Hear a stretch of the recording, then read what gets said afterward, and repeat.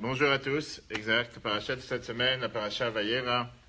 Et parmi tous les sujets qu'on a déjà parlé hier pour différents cours, on a vu le sujet de l'importance d'avoir des invités, comment recevoir les invités. On a vu le sujet qui était l'abnégation de soi, Messihout Nefesh. Qu'est-ce que ça veut dire Messihout Nefesh? Aujourd'hui, on va voir ensemble. Hier soir, on a bien sûr parlé sur la Emouna. Abraham qui a été tellement testé, qui a eu tellement de problèmes, qui a eu tellement d'épreuves et tellement de difficultés. Et néanmoins, pas seulement qu'il n'a jamais lâché l'affaire, il a toujours été en se disant que plus Dieu lui envoie des épreuves, plus il faut se tenir, plus il va avancer, plus il faut évoluer. Et grâce à ça, il a continué. Et c'est pour ça qu'il nous a donné cette mission à travers ses enfants et tous ses descendants.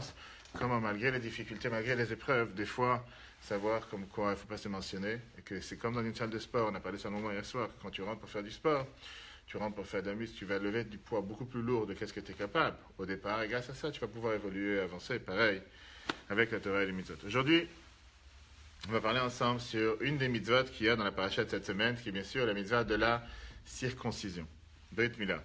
Alors, c'est pas la raison pour laquelle on fait la Brit Mila. Il faut pas faire d'erreur. Depuis le départ, on fait la Brit Mila parce que Dieu nous a donné le devoir de faire la Brit Mila dans la Torah, parachat Azriya, que le 8e jour, on devra se faire circoncire. Mais, néanmoins, le premier qui a fait la circoncision auquel Dieu est venu le voir et lui a dit de se circoncire à l'âge de 99 ans, c'était, bien sûr, le patriarche Abraham.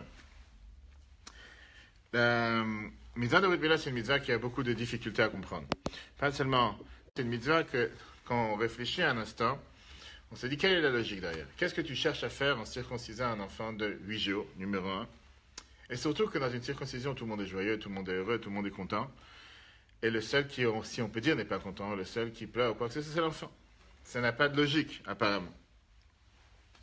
On va essayer de développer ensemble pourquoi d'abord la circoncision, numéro 1, pourquoi 8 jours, et troisièmement, quel enseignement ça veut nous dire par rapport à éduquer un enfant depuis l'âge 0. On commence pas à éduquer un enfant par rapport à la religion, la Torah et les mitzvahs depuis 13 ans, pour certains 10 ans, pour certains même Maïmonide mentionne que l'âge de chinuch, l'âge d'éducation commence à l'âge de 6 ans. Mais on voit comment la Torah nous dit que l'éducation commence depuis tout le départ, depuis tout le début. D'abord, une très belle histoire. Une histoire dans laquelle la Torah, une histoire qui s'est passée en Russie. Comment on voit que la mitzvah de la Brit Mila, la circoncision, c'est une mitzvah qui est la plus populaire. Une des plus populaires à travers tous les temps, et même dans nos jours. Si tu veux une étude qui était en Israël en l'an 2000, comme quoi 97% des personnes en Israël font la circoncision de leurs enfants. Et à travers toutes les générations, le peuple juif a toujours fait Messihout Nefesh, a toujours presque donné leur vie pour pouvoir faire la circoncision de leurs enfants. Il y a une histoire qui racontait comme quoi en Russie, à l'époque, quand quelqu'un tapait fort à la porte de chez toi la nuit, tu savais très bien que c'était pas un cadeau ou un gâteau d'anniversaire qui arrivait, mais c'est tout un agent du KGB qui venait ou quelque chose. Pourquoi quelqu'un va venir te déranger au milieu de la nuit? Un Izigrod raconte comme quoi une fois en Russie, il a entendu une fois taper à la porte en plein milieu de la nuit. Et c'était en général les coups qu'on pouvait entendre, ou du KGB, ou de des agents secrets qui venaient et qui frappaient. Dans cette maison vivaient un Moël et un Shochet, qui veut dire quelqu'un qui fait les circoncisions et quelqu'un qui tue les animaux pour les rendre cachers. Et à l'époque, c'était totalement interdit de faire les deux. Donc on se disait que si la police a tapé de manière, clandestine, la nuit, sans prévenir, certainement il y a quelque chose qu'on a fait de mal. En deux mots, on a dû nous attraper, qu'on a fait une circoncision qu'on n'aurait pas dû faire, ou qu'on a dû faire la shrita qu'on n'avait pas le droit de faire, pour les emmener en prison, les envoyer en Sibérie, etc. Ok, donc le shochet qui était présent dans la maison, il donne le devoir au Moël qui est présent, il dit prends tous les couteaux qu'il y a dans la maison pour faire la shrita ou la circoncision, va te cacher quelque part, sauve-toi par la porte arrière, comme ça, au moins s'ils vont venir, ils vont rien trouver. Aucune pièce à conviction. Le Moël, il sort de la maison rapidement. Et là, Rebaï, ce juif, il ouvre la porte et voit devant lui un des plus hauts gradés de la police secrète russe qui est devant lui. Et il lui dit, où il est le Moël? Je veux savoir où il est cette personne. Et le Rebaï répond, il dit, il n'est pas là. Tu peux chercher dans toute la maison, tu ne vas pas le trouver. L'autre il dit, je ne fais pas confiance, je sais qu'il y a un Moël dans cette maison. Et il lui dit, mais vas-y, cherche. Renverse la maison, renverse les tables, renverse les chaises, tu vas voir, tu ne vas rien trouver. Et à un certain moment, l'officier de police commence à parler en yiddish. Et il lui dit comme ça, il fait, je suis juif et je viens d'avoir un garçon. Je cherche un Moël pour circoncire mon fils en secret, de manière secrète. Et c'est comme ça qu'on a réussi à faire la Brit Mila du fils de cet officier de police secrète qui était un haut gradé de la police russe, ensemble avec le Moël et presque personne à côté. Ok, comme on a dit, la spécialité qu'on a dans la circoncision, c'est que tout le monde rigole, tout le monde est joyeux, tout le monde danse. Et celui qui est concerné, il n'est pas forcément le plus joyeux. Et la question qui est demandée, comme beaucoup des fois demandent, pourquoi on ne demande pas à l'enfant d'abord son avis? Laisse-le grandir, laisse-le avoir 13 ans, on a vu ça dans la paracha la semaine dernière, laisse-le avancer dans la vie. Et là, il va décider, il va savoir s'il faut le faire, s'il ne faut pas le faire, etc. Paracha de cette semaine et la semaine dernière nous parle de 3 personnages qui ont fait la circoncision. Les 3 personnages qui ont fait la circoncision, un, il a fait à 99 ans, un à 13 ans et un à 8 ans. Regardons le verset, premier paragraphe. Lech lecha. Or, Abraham était âgé de 99 ans lorsque fut retranché l'achat de son excroissance, la circoncision. Ishmaël, son fils, était âgé de 13 ans lorsque l'achat de son excroissance fut retranché. Et Abraham circoncit son fils Yitzhak à l'âge de 8 jours, comme Dieu lui avait ordonné. Et ça, c'est ce qu'on voit dans la paracha de cette semaine. Quelle est la raison derrière? Si on analysait aujourd'hui ensemble, quelle est la logique, quelle est la raison derrière la circoncision à 8 jours?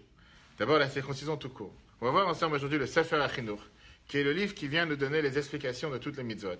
Pourquoi la Torah cherche à faire une telle mitzvah? Rambam, dans le Guide des Égarés, nous dit que c'est pour affaiblir les envies et les désirs que la personne pourrait avoir à travers ce monde. Ça, c'est une explication que Rambam nous donne. Le Sefer HaChinuch nous donne la deuxième explication. On regarde dans le deuxième paragraphe. Pourquoi la circoncision? Un signe dans la chair des enfants d'Israël. Parmi les racines de ce commandement, car Dieu a voulu fixer dans le peuple qu'il a choisi, de sorte qu'ils soient appelés d'après son nom, un signe fixé dans leur corps, afin de les séparer des autres peuples dans la forme de leur corps, son nom, de même qu'ils sont séparés d'eux dans la forme de leur âme, car leur source n'est pas la même. Et le peuple élu, Dieu a voulu parfaire sa caractéristique. Il a voulu que cette perfection se fasse par l'homme et qu'il ne soit pas parfait depuis le ventre de la mère, pour lui faire allusion que lorsque la forme de son corps sera parfaite par sa main, de même il pourra parfaire la forme de son âme par la droiture de ses actions. Après, le Sefer HaChinuch, si on récapitule en 2 mots, tu dis que le but de la circoncision, c'est pour faire une différence entre le peuple juif et les nations du monde. Les nations du monde, ils sont de manière différente, ça ne veut pas forcément dire inférieur, bien au contraire, ils sont des créatures de Dieu, ils ont leurs devoirs, ils ont leur mission, sauf que Dieu, il a voulu que le peuple juif soit différent dans sa chair, dans son corps, il soit totalement différent.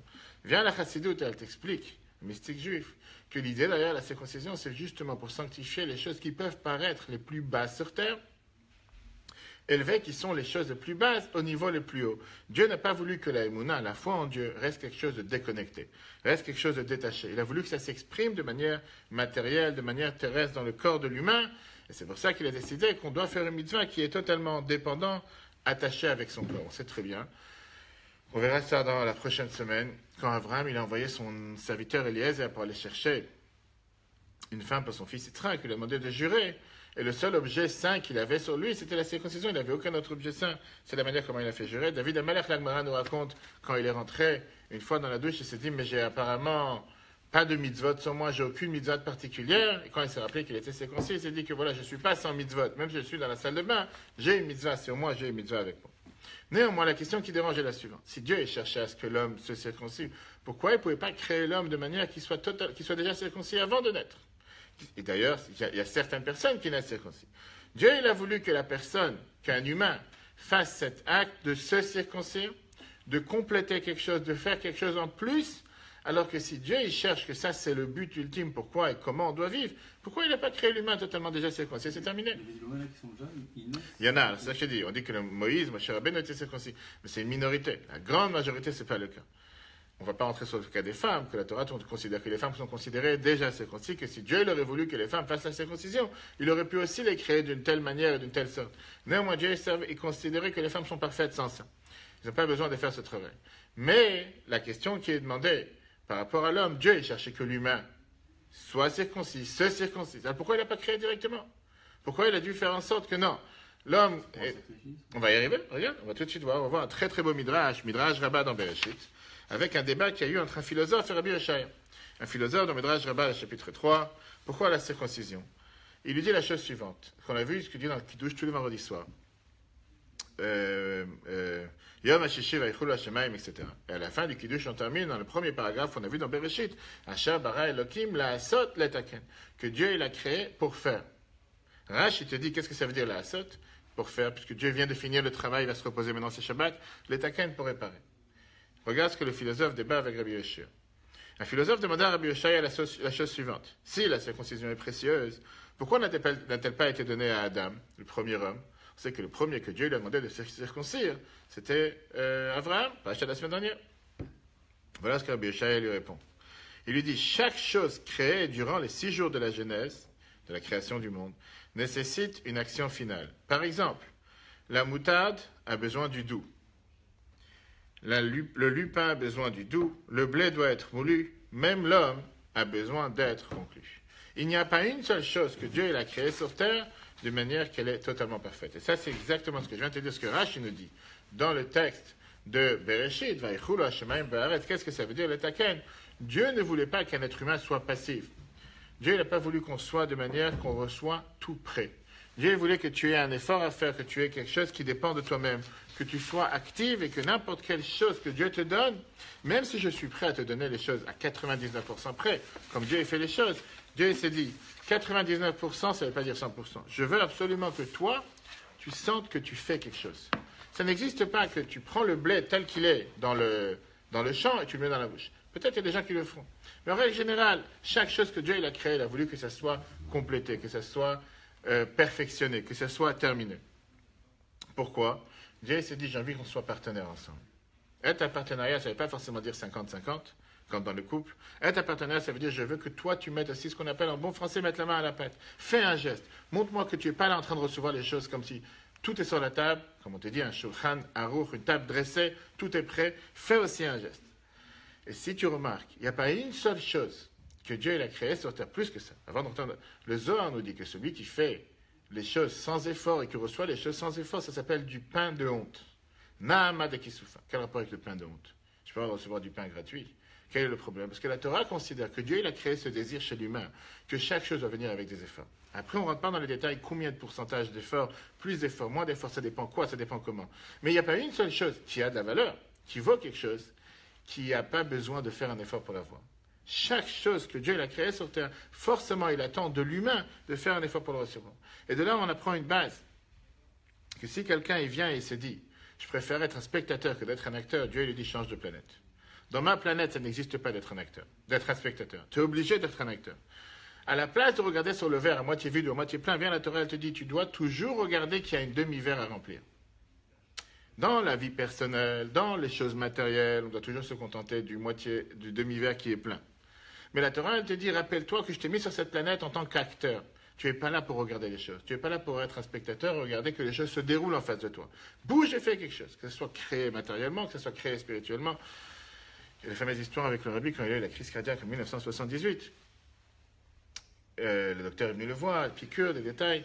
Dont le docteur il dit que malheureusement les veines ont été touchées, qui vont vers le cœur, à 75% il ne fonctionne pas. Le rabbi lui a répondu, ça veut dire qu'à 25% ça fonctionne. Okay, dans les choses matérielles, à Yom, le rabbi dit clairement qu'on doit se contenter de ce qu'on a et toujours regarder plus bas que soi. Spirituellement, quand la Mishnah, le Mixim de nos pères te dit Eizeu Ashir à sa mère, Bechelko, qui est riche, celui qui est content de son sort, c'est le plus grand défaut qu'il peut y avoir spirituellement. Spirituellement, on n'a pas le droit de se contenter de ce qu'on a. Spirituellement, on doit toujours vouloir avancer, toujours vouloir évoluer. Matériellement, on peut se contenter. Là, quand on parle de tout ce qui se passe avec la création que Dieu a créée dans le monde, pourquoi il cherche à faire qu'on doit se circoncire alors que s'il cherchait à ce que l'homme soit circoncis, il aurait pu le créer déjà circoncis? La réponse est, je voulais que tu fasses quelque chose. Que ce ne soit pas quelque chose que tout est prêt. Tout est prêt de la preuve, c'est qu'une des différences entre l'humain et l'animal, c'est que ça n'existe pas un humain qui sort du ventre de sa mère et commence à marcher. Ça a besoin d'aide, des assistantes médicales qui sont là à couper le cordon, peu importe les différents soins qui sont faits avec un bébé, que tu vas passer avec un animal. Un éléphant, une vache, peu importe, n'importe quel animal tu vas prendre. Si quelqu'un il s'imagine comment Dieu il a créé le monde animal, un enfant il sort du ventre de sa mère, quelques secondes après il se met sur les pieds et commence à marcher. Bien sûr qu'aujourd'hui tu as les soins, tu as les soignants qui vont mettre de la paille pour qu'il ne tombe pas sur de la pierre et qu'il ne se fasse pas mal. Tu viens le lendemain, on te dit il est meilleur. De quoi tu parles? C'est-à-dire il est meilleur. Alors qu'un humain, il y a toujours besoin de compléter, de terminer, de finaliser. Même si tu vas dire qu'au final, c'est un enfant à part entière, c'est totalement un être humain avec un cœur, avec des yeux, avec des poumons, et tout fonctionne.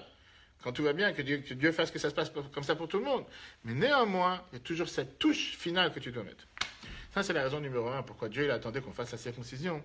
Et Dieu, il n'a pas voulu que l'homme soit déjà né, totalement perfectionné, totalement parfait. Maintenant, on rentre dans le deuxième point, qui est pourquoi à 8 jours. On a dit tout à l'heure qu'entre la paracha la semaine dernière et cette semaine, on a 3 niveaux. 99 ans, 13 ans, 8 jours. Pourquoi on n'a pas cherché à faire 40 ans, 20 ans, 13 ans, faire le monde entier exactement la même chose? Pourquoi 8 jours? Et la question qui est demandée, c'est une question de logique. Quel est l'âge la plus adapté pour faire la circoncision? Est-ce que c'est 99 ans? Est-ce que c'est 13 ans? Ou est-ce que c'est 8 jours? Avant de répondre, très belle histoire que Rabbi rappelle sur la paracha de cette semaine. Est-ce que c'est en rapport les 8 jours par rapport, entre guillemets, qui soit viable, entre guillemets? Non, viable c'est 30 jours. C'est une des raisons pourquoi on ne fait jamais Pidyon Aben avant 30 jours. Okay. Parce que la Torah considère qu'avant 30 jours, un enfant n'est pas considéré totalement viable. Il peut se passer quoi que ce soit, alors qu'après 30 jours, il est déjà totalement... Mais on va voir tout de suite, c'est un rapport avec la médecine. Ce n'est pas la raison que le sang ne coagule pas comme il faut avant 8 jours et à partir de 8 jours. On va y arriver. Exactement, on va y arriver tout de suite après. Le Rabbi Rachab, quand il avait 4 ou 5 ans, le 5e Rabbi de Chabad, une fois il est rentré chez son grand-père, le Tzemar Tzedek, et il s'est mis à pleurer ce Shabbat Vayera, et il a dit pourquoi Dieu s'est montré à Abraham et ne s'est pas montré à moi. Moi aussi j'aurais voulu voir Dieu. Pourquoi Dieu ne t'a pas à ma porte et il me dit bonjour, je suis là, j'ai une mission à te donner, prends tes valises et va vers une telle destination, je te donne pas. Bref, tout ce qui s'est passé avec Abraham, un enfant de 4 ou 5 ans. Et son grand-père, le Tzemar Tzedek, lui a répondu quand un juif, à l'âge de 99 ans, est prêt à se circoncire, il mérite que Dieu soit présent pour lui, il mérite que Dieu se dévoile envers lui. Ils l'ont pas endormi à 99 ans? Dieu il a aidé, la Torah nous dit que Dieu il a aidé à faire la circoncision ensemble avec lui. Comment exactement les choses se sont passées, j'ai aucune idée. Tu peux toujours essayer de répondre matériellement qu'à l'époque 99 ans, c'était pas 99 ans d'aujourd'hui. La preuve c'est qu'Abraham il a vécu 175 ans, et c'était un des premiers qui a vécu si peu. Quand tu remontes à paracha d'avant, c'était 950, c'était 930. Donc tu peux toujours... Peu importe, c'est quelque chose. C'était le premier dans l'histoire. C'est lui qui a ouvert la route, c'est lui qui l'a commencé. D'après la logique, quelqu'un qui se circoncis à 99 ans, c'est clairement Messihout Nefesh. C'est clairement un don de soi, c'est clairement quelque chose d'important. C'est très très dur aujourd'hui dans notre jour. Même si on a des juifs qui n'ont pas fait la circoncision à 40, 50, 60, 70 ans, on a des juifs aujourd'hui qui se circoncisent aussi à un certain âge avancé, avec des juifs qui sont sortis de Russie, qui sont en Israël, à tous les âges. Moi-même, je me suis occupé des juifs de 50 ans, 60 ans. Ça se fait, je n'ai pas dit que ça court les rues, mais il y en a. 99 ans, c'est quelque chose qui... faut vraiment... D'abord, il faut arriver à 99 ans et après pouvoir le faire. Quand tu parles de 13 ans, c'est déjà différent. Parce que 13 ans, tu peux parler avec ta personne et tu peux essayer de discuter avec lui. Pourquoi? Est-ce que ça vaut la peine? Est-ce que ça ne vaut pas la peine? Et si la personne est d'accord, ça veut dire que la personne, c'est par son libre choix, par son libre arbitre, par sa propre décision, qu'il a décidé que je suis prêt à vouloir le faire et je voudrais le faire. Quand tu fais la circoncision à un enfant à 8 jours, il n'a même pas son avis à dire. Et ça, c'est une des raisons de ceux qui, des fois, disent mais pourquoi vous torturez un enfant? Pourquoi vous faites du mal à un enfant? C'est quoi cette raison? Tu ne l'as même pas demandé son avis. Il ne peut même pas choisir. A priori, la logique dit que ça aurait été bien de faire la circoncision ensemble avec la bar mitzvah. Faire le même événement ensemble. En plein la bar mitzvah, on le souhaite Mazel Tov, et après ça arrive le moment de la circoncision. Et pourquoi pas? Je veux dire, en termes de... D'abord, ça coûterait moins cher de faire de fêtes pour certaines personnes. Mais de l'autre côté, ça aurait été tellement plus facile, et d'ailleurs, c'est un des débats qui s'est passé entre les deux premiers enfants qui ont été circoncis dans l'histoire, Yitzhak et Ishmael. Regarde ce que les Midrash nous racontent dans les chiffres 4. Quelle circoncision est la plus élevée? À 8 jours ou à l'âge de la bar mitzvah? Midrash Rabbah nous raconte. Yitzhak et Ishmael discutaient l'un avec l'autre. L'un disait, je suis plus appréciable que toi, car j'ai été circoncis à 13 ans. L'autre disait, je suis plus appréciable que toi, car j'ai été circoncis à 8 jours. Ishmael lui dit, je suis plus appréciable que toi. Pourquoi? Car j'aurais pu refuser et je n'ai pas refusé. Avec qui on est d'accord? Qui, au final, est meilleur, si on peut dire? Est-ce que c'est Ishmael, du fait qu'il avait son mot à dire et il a été d'accord? Ou bien des Yitzhak qui n'avait pas son mot à dire et qu'il a fait de toute façon et que peut-être s'il aurait grandi, j'aurais demandé son avis, peut-être qu'il n'aurait pas fait. Qu'est-ce que tu en penses? Qui est meilleur? Quand tu fais les choses parce que tu as compris qu'il faut les faire, parce que tu es d'accord qu'il faut les faire, ou quand tu fais les choses parce que tu n'as pas compris qu'il faut les faire? Moi, je pense que c'est 13 ans. Pourquoi? Parce qu'il a compris, mais il est d'accord. D'accord. Et toi? J'aurais 13 ans aussi, c'est un choix qu'il a fait. C'est un choix qu'il a fait. Puisque c'est un choix qu'il a fait, c'est pour ça que ça a plus de valeur. Ok. La réponse, elle est que si on va d'après la logique, c'est tout à fait normal de dire que Ishmael, celui qui l'a fait à 13 ans, plus de mérite. Pourquoi? Parce qu'il pouvait dire non. Il pouvait s'opposer. Et néanmoins, il était d'accord. Alors que Yitzhak, il n'avait pas ce mot à dire. On va voir que concrètement, qu'est-ce que Dieu il a demandé au peuple juif? 8 jours, pas 13 ans. Regardons comment Rambam nous donne pour ça 3 raisons. Pas une, mais 3. Avant de rentrer dans les raisons de Rambam, je voulais rentrer dans les raisons médicales. Même si ce n'est pas la raison pourquoi on les fait à 8 jours, mais c'est aussi, la médecine nous explique, comme quoi les facteurs de coagulation qu'il y a dans le sang arrivent à leur situation optimale le 8e jour, aux alentours du 8e jour. Voilà ce qui est écrit dans les livres, la chose suivante, qu'une fois qu'un enfant naît, il a assez de facteurs de coagulation dans son corps, sauf qu'après 2-3 jours après la naissance, il se décompose, parce que jusqu'à présent, ça dépendait de sa mère, il se décompose et il a besoin de commencer à former ces nouveaux facteurs de coagulation qui sont formés en général dans le foie. Comme le foie d'un enfant n'est pas totalement parfait, n'est pas totalement en fonction, donc à partir de 3 à 5 jours, chaque enfant, même un enfant le plus parfait sur Terre, même celui qui est en parfaite santé, il a un manque de facteurs de coagulation. Et c'est pour ça qu'il fait la circoncision avant 8 jours, ça peut être très dangereux. À partir du 6e jour, c'est là que ces facteurs de coagulation, à partir du foie, commencent à être créés encore une fois. Et c'est pour ça que quand il arrive au 8e jour, il est déjà apte à pouvoir avoir un sang qui va coaguler. Ça, c'est point de vue médical tout court. Mais ce n'est pas la raison que Rambam nous mentionne. Regardons ce que Rambam Maïmonide nous mentionne dans Moreh Nevuchim. Rambam, il vient nous dire 3 raisons. Chapitre 5. 3 raisons. La perfection de cette Torah ne peut être atteinte que dans la circoncision. Dans les jours du nourrisson, il y a cela 3 raisons. La première, si on laisse le petit grandir, peut-être il ne le fera pas. Deuxième, de sorte qu'il n'ait pas la douleur comme un grand, du fait de la plasticité de sa chair et de la faiblesse de son imagination. Car le grand aura peur et tremblera de la chose, alors qu'il imaginera son état circoncis avant de l'être. Le troisième, car le petit est moins aimé par ses parents au moment de sa naissance, car ce n'est pas encore affermi en lui la forme par laquelle ses parents l'aimeront, car c'est cette forme visible de l'enfant grandit aux yeux et grandit avec la croissance de l'enfant. Et si on laissait 2 ans ou 3, cela amènerait à ne pas faire la circoncision du fait de la pitié du père et de son amour pour lui, qui grandit au fil du temps. Qu'est-ce que Rambam nous explique ici? Il est en train de nous dire ici des aspects totalement techniques, des aspects, je veux dire, logiques. Que si tu fais la circoncision à un enfant à l'âge plus bas, c'est beaucoup plus facile, ça se fait de manière beaucoup plus simple qu'une fois que tu as grandi avec lui, qu'il s'est développé. Tout d'abord, il n'a pas le traumatisme qu'il pourrait avoir à quelqu'un qui est beaucoup plus grand.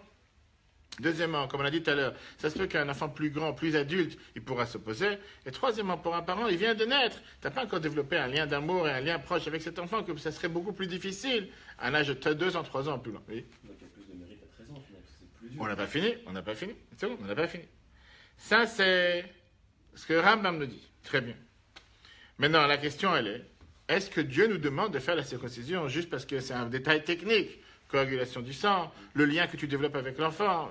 C'est vraiment, on ne peut pas dire que le but pourquoi Dieu nous donne une telle mitzvah, c'est seulement pour ça. Regardons tout à l'heure le débat qu'il y a eu entre, comment on appelle ça, entre Ishmaël et Yitzhak. C'était pas juste un détail technique. Le débat qu'ils ont eu, c'était pas que il a dit, moi, pour moi, c'était facile parce que mes parents, ils m'aimaient pas encore, ou ils n'étaient pas encore proches de moi, ou l'état que Rambam il a dit. Il a dit la phrase suivante, je suis mieux que toi, parce que moi, je me suis circoncis à 8 jours, et je n'avais pas mon avis à donner. Ça, c'est ça qu'il a répondu à Ishmaël. La conclusion, elle est quoi? Qu'Avraham était le premier qu'il a eu l'ordre de faire la circoncision, mais Yitzhak, la particularité d'Yitzhak différente d'Ishmaël, c'est justement, contrairement à ce que Ishmaël dit, que lui, il aurait pu donner son avis qu'il n'a pas donné. Yitzhak, il dit juste, moi, je n'ai même pas besoin de demander mon avis. En 2 mots, c'est la différence entre faire les mitzvot, si ma logique le comprend, si je suis convaincu qu'il faut les faire, ou les faire parce que Dieu a demandé de les faire, même si je ne suis pas d'accord avec. Bien sûr que c'est important, comme tu dis, j'ai réussi à comprendre, je suis arrivé à la conclusion qu'il fallait les faire, c'est énormément important, très bien. Mais qu'est-ce qui se passe si ma logique me dit le contraire? À ce moment-là, tu vas dire, je ne les fais pas. Alors le fait que j'ai compris en 2 mots, c'est que je suis d'accord avec Dieu. Dieu m'a demandé de le faire. Moi, je dis, tu sais quoi, c'est pas bête ce que tu demandes, je vais le faire. Mais quand j'ai pas ma logique dedans, c'est même si ma logique me dit qu'il ne faut pas que je le fasse, même si ma logique me dit que c'est pas bien de le faire, mais puisque Dieu l'a demandé de le faire, c'est pour ça que je le fais. Est-ce que ça, c'est pas un plus grand mérite? Que je mets ma logique de côté? Alors bien sûr que la Torah nous demande Naaseh v'nishma. On doit faire et on doit comprendre. Mais la Torah n'a pas dit on doit comprendre et on doit faire. Vas-y. Mais l'enfant de 8 ans, il se pose pas cette question de dire c'est Dieu qui m'a demandé de le faire, je me pose pas. On va y arriver, on va tout de suite comprendre. Oui, mais encore une fois, quand tu dis par rapport au débat qu'il y a eu dans le Midrash entre Ishmaël et Yitzhak, que l'autre il dit j'aurais pu m'opposer, mais je ne suis pas opposé. Comme si tu m'as fait une grande faveur. En 2 mots, c'est comme si tu es en train de dire à Dieu, oui, c'est logique, ce que tu me demandes pour ça, je le fais. Maintenant, on va arriver tout de suite à l'idée, quelle est la spécialité de 8 jours? Et la question, elle est pourquoi Dieu nous demande à nous de circoncire un enfant à 8 jours quand l'enfant n'est pas capable de comprendre? C'est pas qu'il a la possibilité de comprendre et qu'il n'a pas cherché à comprendre. Comme tu dis, il n'est pas capable de comprendre, il a à peine 8 jours. Essayons d'abord d'analyser dans le psychisme d'un enfant de 8 jours et un enfant de 13 ans. Quelle est la différence psychologique entre un enfant de 8 jours et un enfant de 13 ans? Est-ce qu'un enfant de l'âge 0 est capable de comprendre quoi que ce soit? Est-ce qu'il y a des choses qu'il maîtrise et qu'il comprend? Est-ce que des parents, en règle générale, disent ou pourront être d'accord de dire qu'un enfant reconnaît ses parents seulement à l'âge de 13 ans et pas à l'âge 0? Deux questions inverses. Si on parle du cerveau d'un enfant, clairement, il n'est pas encore développé et il ne peut pas encore comprendre et analyser une science ou une idée qui est totalement développée à l'âge 0. Plus il grandit, plus son cerveau il se développe, plus il commence à comprendre des choses qui sont beaucoup plus, j'aurais dit, pas complexes, mais des choses qui sont avec des couleurs, des symboles, des sons. Et plus il avance dans la vie, plus les choses commencent à se développer, plus il commence à comprendre des choses qui sont beaucoup plus détaillées, qui sont beaucoup plus avec différents détails, différentes raisons, différents sens. Mais c'est une grande erreur de penser un instant qu'un enfant à l'âge 0 ne capte pas ce qui se passe autour de lui. Bien au contraire, la Torah nous dit comme quoi un enfant dans le ventre de sa mère, il ressent ce que sa mère elle ressent. Il va agir en fonction de la musique que sa mère elle entend. Il va agir en fonction de l'humeur dans laquelle sa mère se trouve. C'est pour ça qu'on dit que c'est important de ne pas s'énerver pendant la grossesse, de regarder des choses qui sont pures, des choses qui sont saines, de ne pas être dans une atmosphère de stress, une atmosphère... parce que ça a un impact direct. Alors dire qu'il ne comprend rien, que c'est totalement une bulle. Conscience à 8 jours, On va y arriver. C'est bon. Au contraire, on dit que dans les premières années, ce qu'un enfant il entend, ce qu'il capte, dans l'environnement dans lequel il est, c'est ça qui va former tout ce qui est sa vie beaucoup plus tard, c'est ça qui va former toute sa personnalité. Il commence à découvrir les personnalités comme son père, sa mère. Il développe, qu'est-ce que ça veut dire avoir une certaine croyance, croire ou ne pas croire dans les gens qui l'entourent. Il va développer une certaine chaleur, un certain amour, il va recevoir une certaine confiance en soi ou un manque de confiance en soi. Combien de fois tu vois qu'un enfant, à l'âge le plus bas, il va tout de suite reconnaître s'il est dans les bras de sa mère ou s'il est dans les bras d'un étranger. Si tu dis qu'il comprend absolument rien et qu'il est totalement bête jusqu'à ce qu'il a 13 ans, comment il peut se faire la distinction? Qu'est-ce que ça veut dire cette différence entre 8 jours et 13 ans? Les premières années, à partir de l'âge 0, c'est ce qui va développer la sous-conscience de l'enfant.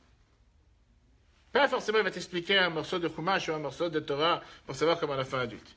Mais c'est là qu'il va commencer à développer sa personnalité qui va après s'exprimer dans les années beaucoup plus tard. Une fois qu'il grandit, plus il avance, plus il commence à développer sa connaissance, son intelligence, son intellect. Là, il va commencer à développer le monde dans lequel il est, découvrir une langue, découvrir un travail. Mais tout ça, ça vient des bases qu'il a reçues dans son enfance. Il y a eu tout un débat les derniers jours, je crois hier ou avant-hier, dans la société. Est-ce qu'il fallait faire revenir des enfants qui sont nés en Syrie pendant la guerre? Parce qu'on leur a demandé, c'est pas parce que leurs parents ont décidé d'aller faire la guerre, est-ce que ces enfants ils doivent être dans le même cas de figure ou pas? Tu vois bien que d'après la Torah, ce débat existe du fait qu'un enfant en bas âge, dans l'entourage dans lequel il a grandi, dans l'entourage dans lequel il vit, ça a un impact pour son futur, ça a un impact pour son avenir. Et donc, on revient à la question qu'on a demandé tout à l'heure. Est-ce que ça vaut la peine de faire la circoncision à 8 jours ou faire la circoncision à 13 ans? La question, elle est à partir de quand un enfant développe un lien avec Dieu. Est-ce qu'il développe un lien avec Dieu à l'âge de 8 jours ou est-ce qu'il développe un lien avec Dieu à 9 ans? Si tu me dis qu'il ne reconnaît pas ses parents jusqu'à 13 ans, je suis d'accord avec toi, fais la circoncision à 13 ans. Mais si tu me dis qu'il reconnaît, qu'il sait exactement détecter dans quel environnement il est, s'il est autour de son père et sa mère ou s'il est autour de quelqu'un d'étranger à l'âge 0, pourquoi il ne développerait pas un lien avec Dieu depuis l'âge 0 et il devrait attendre jusqu'à l'âge 13 ans? Et ça, c'est la différence qu'il y a entre Ishmaël et Yitzhak. Ishmaël, il vient et dit, je comprends Dieu. Je suis arrivé à un certain âge de 13 ans où je comprends qu'il y a un Dieu. Moi et Dieu, nous sommes des grands amis. J'ai réussi à comprendre. Je suis arrivé à un tel niveau dans lequel, maintenant je comprends et j'ai analysé que Dieu existe. Ça, c'est d'après Ishmaël.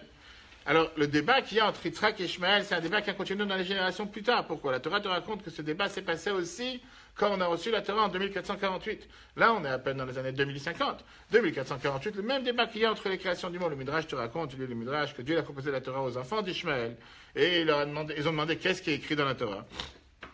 Et ils ont dit que c'est la Torah. On leur a répondu que dans la Torah, c'est écrit qu'il ne faut pas voler. Ils ont dit qu'on n'est pas d'accord. Il a proposé la Torah aux enfants d'Esav. Ils ont dit qu'est-ce qui est écrit? Ils ont dit qu'il ne faut pas tuer. Ils ont dit on n'a pas besoin. Quand il a proposé la Torah au peuple juif, là, quand le peuple juif, il a dit Naasev et Nishma, on va faire et on va comprendre. C'est là qu'on a été d'accord de le faire. L'Agmara nous raconte une fameuse histoire dans l'Agmara Shabbat, page 88, avec quelqu'un qui a voulu embêter la morale qui était un des maîtres de l'Agmara qui s'appelait Rava. Et il lui a dit vous êtes un peuple qui agit trop vite. Parce que vous devancez les oreilles à la bouche. Avant même d'avoir entendu ce que la Torah vous propose, vous avez dit comme des idiots, on va faire et on va comprendre. D'abord, sache de quoi on parle. Tu ne vas pas signer un contrat sans savoir qu'est-ce qui est écrit sur le contrat. Comment ça se fait que Dieu vient et te propose de donner un cadeau sans même savoir qu'est-ce qui est écrit à l'intérieur, sans même avoir appris tous les détails, tu signes et après tu commences à dire je vais commencer à analyser le contrat. Ça, c'est l'argument qu'il a donné à Rav. Apparemment, son argument, c'est un argument très logique. Parce qu'avant que tu décides de faire quoi que ce soit, tu devrais d'abord analyser, prendre le temps, montrer au comptable, montrer à l'avocat, est-ce que c'est un contrat que ça vaut la peine de signer? Est-ce que ça vaut la peine de le faire? Et après le mettre en application. Alors que le peuple juif a agi d'une manière qui est totalement incohérente. Avoir décidé de dire, on veut le cadeau, on va le faire. Et après, on va commencer à le comprendre. Viens, l'arbitre explique qu'en réalité, la vérité est totalement différente. Chez les nations du monde, le lien qu'ils ont avec Dieu, ce n'est pas un lien qui est un lien naturel, un lien qui est fondamental, un lien qui est basique. C'est un lien qui est, si on peut dire, conditionné sur la compréhension. Le fait d'avoir compris, pour ça je vais faire. Et donc, on peut dire que pour eux, ils auraient dit les choses à l'inverse. On va comprendre et après on va faire. En 2 mots, si ça vaut la peine, si ça m'arrange, je le fais. Si ça ne vaut pas la peine, ça ne m'arrange pas, je ne le fais pas. Chez le peuple juif, le lien qu'on a avec Dieu, c'est un lien qui est, comme on dit, built-in. Il est construit à l'intérieur. Ce n'est pas un lien qui est basé sur la compréhension. Ce n'est pas un lien qui est basé sur la logique. Ce n'est pas un lien qui est basé sur le fait, puisque j'ai analysé et j'ai été d'accord, pour ça je suis prêt à le faire. Le lien, il vient depuis le départ, sans inconditionnel. Il n'est pas limité sur ce que je comprends, ce que je ne comprends pas, logique, pas logique. Comme on a dit, ça ne veut pas dire qu'il faut faire les choses bêtement. On doit comprendre. Mais ce n'est pas la précondition avant de mettre les choses en application. D'abord, je fais, et après, j'essaie de comprendre. Et ça, c'est un lien qui se développe à 13 ans. Ça, c'est un lien qui se développe depuis le premier jour de la naissance d'un enfant. Torah nous raconte avec Hana et ses 7 enfants que malheureusement, ils n'ont pas voulu se prosterner à l'idole qui était en face d'eux. Ils ont été tués. La Torah nous raconte comme quoi les enfants, même l'enfant de plus bas âge, n'était pas prêt à renier l'existence de Dieu sur terre. C'est pour ça que la Torah te demande de faire la circoncision à 8 jours. De la même manière qu'un père et une mère n'auraient pas été d'accord que leur enfant les découvre seulement à l'âge de 13 ans, ils voudraient que le lien qu'il y a avec leur enfant, c'est un lien qui se développe depuis la première seconde qu'ils sont du ventre de sa mère. Comme on sait très bien l'importance qu'un enfant ne soit pas détaché de sa mère depuis la naissance, mais les premières secondes qu'il soit là en train de ressentir sa mère. Exactement la même chose et à plus forte raison avec le troisième partenaire qu'il y a dans la création d'un enfant. Puisque la Torah nous dit que pour avoir un enfant, il faut 3 associés, le père, la mère et Dieu qui a un souffle l'âme. Dieu voulait que la base fondamentale de la foi et de l'attachement en Dieu soit depuis l'âge 0 et ne vienne pas à un âge beaucoup plus avancé. Et d'ailleurs, ça c'est la raison pourquoi la Torah elle appelle la circoncision Brit Mila. Qu'est-ce que c'est Brit? Une alliance éternelle.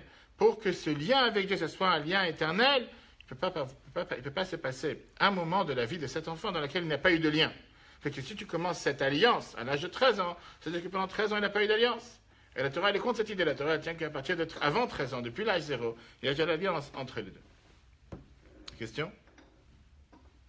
La Gemara nous dit une autre raison. C'est la raison pour laquelle l'enfant il est circoncis à partir de 8 jours et pas avant. Pour qu'il y ait au moins un Shabbat qui est passé avant, pour nous dire. Quelle idée d'un Shabbat? On sait que la différence entre le chiffre 7 et le chiffre 8, c'est que le chiffre 7, c'est ce qui représente une semaine, ce qui représente des jours de la semaine, quelque chose de naturel.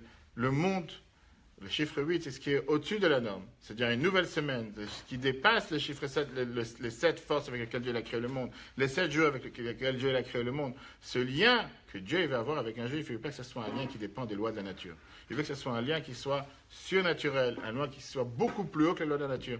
Un lien que tu ne peux pas limiter par la logique ou par la compréhension. Qu'est-ce qu'on apprend de tout ça? Regardons le dernier paragraphe. Ça, c'est ce que la Bible nous écrit dans le chiffre 6. Idée centrale. L'éducation d'un juif à partir de la naissance.